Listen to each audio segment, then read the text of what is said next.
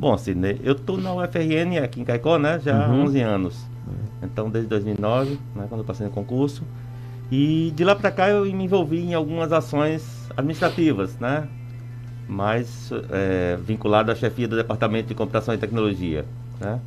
Agora, com o desmembramento que a gente teve do SERES Currais Novos e o SERES Caicó, né, o SERES Currais Novos virou a faculdade, né, e o SERES Caicó, né, houve esse desmembramento, essa desvinculação.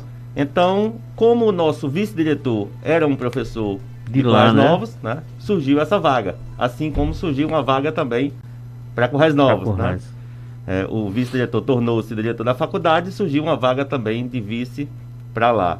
E aí, nesse processo, né, é feita uma eleição, né, eu me submeti meu nome, né, atendendo a um pedido de alguns colegas que indicaram meu nome, eu submeti meu nome e fui escolhido para ser vice-diretor nessa gestão que vai até junho de 2023. Num momento como esse, né, Flávio, pelo que você está me dizendo, você acaba representando os seus colegas, né? Na direção. Isso. É uma escolha dos pares, né? Os discentes, os alunos votam também, né? Os técnicos administrativos também votam. Então é uma escolha da comunidade acadêmica que elege, né, um representante para ficar à frente daquele mandato. Quando foi essa eleição? Quando foi a posse? Como foi? Essa eleição ocorreu mês passado, né? Final, na apagada das luzes de 2020, né? E a posse se deu no final de janeiro. Né? Então, que contou inclusive com a participação do reitor. Isso. É uma solenidade virtual, né? Em função dessa pandemia. Então a gente fez a solenidade virtual e contou com a participação do nosso reitor, professor Daniel. Certo. Flávio, que ideias você tem aí para, junto com Sandra Kelly, diretora do SERES Caicó, tocar o campus? Que ideia vocês pensam para implementar nesse campus que inclusive, que tem inclusive uma história muito forte, né? Por exemplo, no curso de Direito, nos próprios cursos da área de Informática, né? E tantas outras que já formou tanta gente, que já colocou tanta gente no mercado de trabalho, né? Que é que vocês pensam mais para esse campus? Sidney, o desafio principal hoje, né, é sobreviver à pandemia. É uma coisa que pegou todo mundo de surpresa. Não tínhamos uma estrutura de fornecimento de aulas de modo remoto. Os nossos alunos não possuíam essa estrutura, né? Os nossos técnicos administrativos também não possuíam e pegou todo mundo de surpresa. Então, a primeira coisa que a gente está tratando é justamente minimizar os aspectos, né, que estão influenciando diretamente no processo de ensino-aprendizagem dos nossos alunos. Então, seja através da disponibilização de conteúdo de forma digital, né, que a gente não tinha videoaulas gravadas, né, nenhum de nós professores tinha esse hábito de gravar videoaulas, porque tudo era feito de forma presencial, com exceção da CEDIS, que é especialista na educação à distância, mas os demais professores da universidade não possuíam isso aí. Então a gente teve que aprender, né? Muita gente, você é da área de informática, então você domina tudo sobre isso. Não, eu particularmente, e a maioria dos meus colegas, nunca tinha preparado uma videoaula. Então a gente teve que aprender a utilizar essas ferramentas, aprender a usar esses programas de edição de imagem e tudo mais, e disponibilizar isso de uma forma que o nosso aluno que está lá na zona rural, por exemplo, com um celular, com uma conexão de baixa qualidade, consiga ter acesso a esse material. Isso é um desafio grande, né? E a gente tem ainda uma parte da comunidade acadêmica que sequer tem acesso, né? Porque mora num local que não tem cobertura de internet, porque possui um celular que não tem recursos suficientes para isso.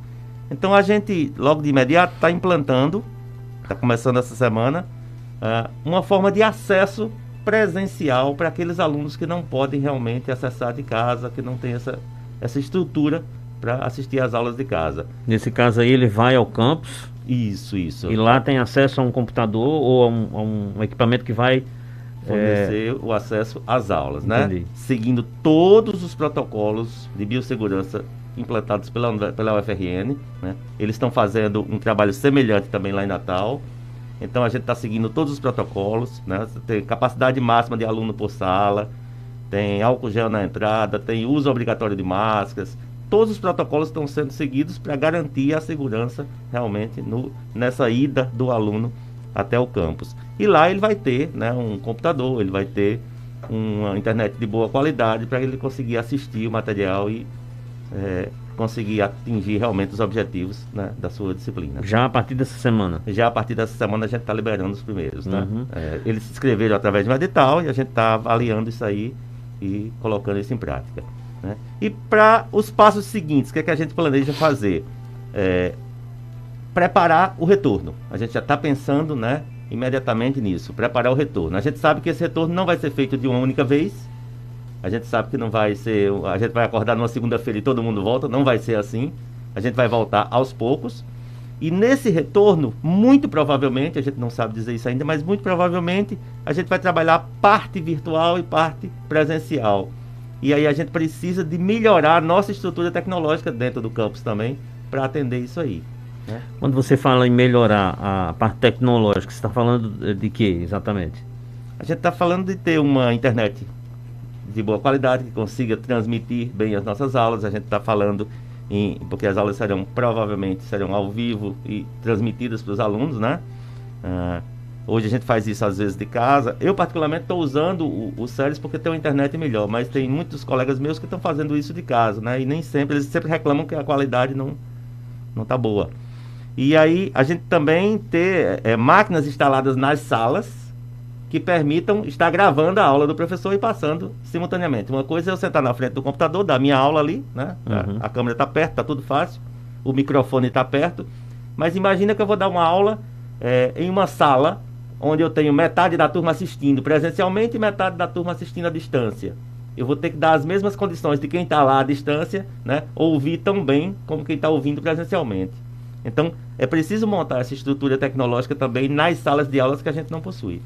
É interessante isso que a pandemia impôs, né, para a população de modo geral, mas para o professor, vamos dizer assim. Você agora há pouco você disse que ninguém estava preparado, por exemplo, para dar uma aula por vídeo, né, por exemplo.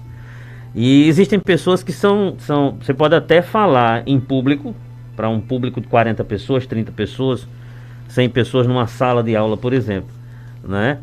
Mas tem gente que quando vê a câmera trava, não consegue. Tem gente que quando vê o microfone trava, ou o gravador que a gente leva para gravar uma entrevista, por exemplo, não consegue ou tem dificuldade, né? Então, os professores vão ter também que se superar nesse sentido, né, Flávio? Com certeza, né? Nós, de professores, nós viramos também atores, né? Na frente das câmeras, transmitindo. Uhum. Né? E a gente tem isso com os alunos também. Então, a interação com a turma é bem menor do que no presencial. A maioria deles é câmera fechada, por mais que a gente peça, abre a câmera, né? Vamos.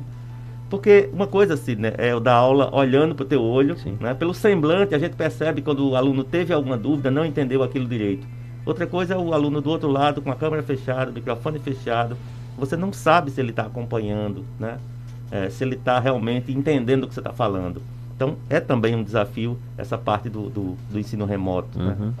O Ceres aqui de Caicó, ele tem um setor de informática que funciona já há quanto tempo, Flávio? Com cursos, inclusive. Concurso, né? Concurso, aliás. Porque é bem importante ressaltar isso. Uhum. Uma coisa é a estrutura de TI do campus, né? Que serve a todos os cursos. Outra coisa é realmente a parte do Departamento de Computação e Tecnologia. Nós iniciamos dentro do departamento do DCEA, que é Ciências Exatas e Aplicadas. Nós dividíamos, né, com matemática e contábeis o mesmo departamento. Com o desenrolar das coisas, a gente criou o nosso departamento próprio. Quando a gente criou o número de professores suficiente, a gente criou o Departamento de Computação e Tecnologia, né? Mas desde 2009 que a gente tem o curso de Sistemas de Informação funcionando aqui no Ceres, né? E desde 2009 que desde 2012 que a gente forma alunos, né, nessa área de TI. Uhum. E a gente tem também, né, que veio em 2012, o curso técnico do IMD, do Instituto Metrópole Digital, que também forma alunos de nível técnico, né? Uhum. Técnico em redes de computadores, para trabalhar nas empresas de internet, por exemplo, né? Ou técnico em desenvolvimento para a internet, né? Para desenvolver sites e tudo mais. A gente tem também esse curso de nível técnico, né? Muitos dos alunos que terminam o IMD, o curso técnico, já ingressam no curso de Sistema de Informação. Então, ele segue mais ou menos uma carreira dentro dessa área de TI. Esse curso tem 40 vagas, é isso? Tem 40... O técnico? O curso técnico e o superior tem 50 vagas, 50. Né? e o técnico tem 40 vagas. Tem 40 vagas, certo. Com relação à expansão eu vou estar falando com você hoje, eu perguntava, queria que você falasse sobre a expansão, não sei se de cursos, acho que sim, aqui para o SERES de Caicó. Vocês pensam como isso? Bom, a gente pensa expandir, né, nossa participação aqui no SERES de duas formas. Na forma de serviços para a comunidade, né? E aí a gente está trabalhando, ainda hoje pela manhã eu tive uma reunião com a professora Sandra, que é a diretora, onde a gente discutiu a questão de qual o planejamento que a gente pretende implantar no ano de 2021. Então a gente sentou e discutiu algumas ações. Entre elas, seria a implantação de um birô de serviços, onde a universidade vai, né, expor para a sociedade quais são os serviços que ela pode produzir e entregar para a sociedade. Então, a gente já tem, por exemplo, o curso de Direito já presta um serviço, né, de assessoria jurídica, e a prática jurídica. E a gente pode também, sei lá, o curso de Contábeis, a gente pode, de repente, auxiliar a sociedade, né, no preenchimento de imposto de renda, por exemplo. Que é uma muito coisa, bacana. Né? O curso de Sistema de Informação pode dar uma assessoria na área de TI, ao comércio local, por exemplo, que é bem necessitado. Então a gente vai sentar e traçar uma estratégia, né, de quais serviços a gente pode oferecer através desse birô de serviços. E a outra coisa seria a expansão para novos cursos, né? Todo mundo sempre pergunta, e aí, quais são os cursos que vão vir para o SERES? Né? Sidney, foi feito um levantamento há já uns 4 ou 5 anos atrás, que cursos a comunidade caicoense, né, seridoense, desejava. E foi feito um levantamento na época. Só que, em função de esse mercado é muito dinâmico, essas coisas ficam obsoletas. Então, o que a gente pretende de imediato é fazer um novo levantamento, né? Escutar a comunidade e saber quais são os cursos que a população seridoense tem interesse. E desses, quais seriam viáveis para a gente trazer? Porque, às vezes, alguém pode dizer, eu gostaria de um curso de engenharia civil. Certo, seria muito bom, mas um curso de engenharia civil demanda uma quantidade de laboratórios, né, para tratar toda aquela questão civil que talvez a gente não tenha condições de fornecer no momento. Então, quais deles são viáveis para a nossa região? Quais deles a gente pode realmente trazer e implantar aqui? A gente quer crescer, a gente quer expandir, não apenas com graduação, mas também com pós-graduação. Então, que cursos de mestrado, por exemplo, a gente pode trazer para a nossa região? E aí a gente vai partir para esse novo levantamento.